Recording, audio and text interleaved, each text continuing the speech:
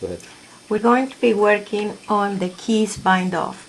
This bind off is designed to make a really loose bind off, and it's good to use like on big items like Afghans, where the stretchy bind off will be a little bit hard to do because you will be working with a very long piece of yarn. What we do is, in this case, I'm going from the right to the left.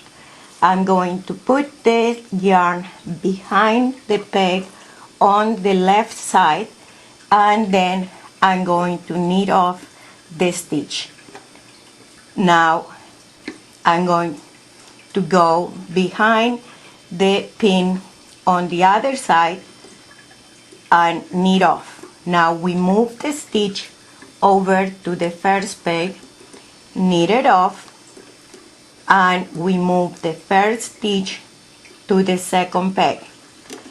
Again, we move the yarn behind the pin on the left. Now we knit off the stitch, we move it over,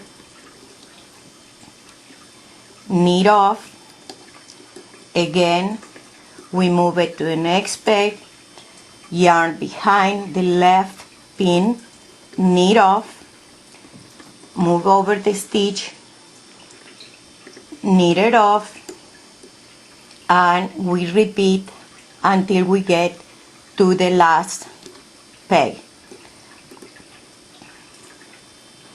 When we get to the last peg, as usual, we cut the yarn, we put the yarn through the last loop, and now we pick up the fabric going over the pins, and as you can see, we have a really loose bind off. This can be done on every single peg, or you can do it every so many pegs so it's not so loose. And that was the keys bind off.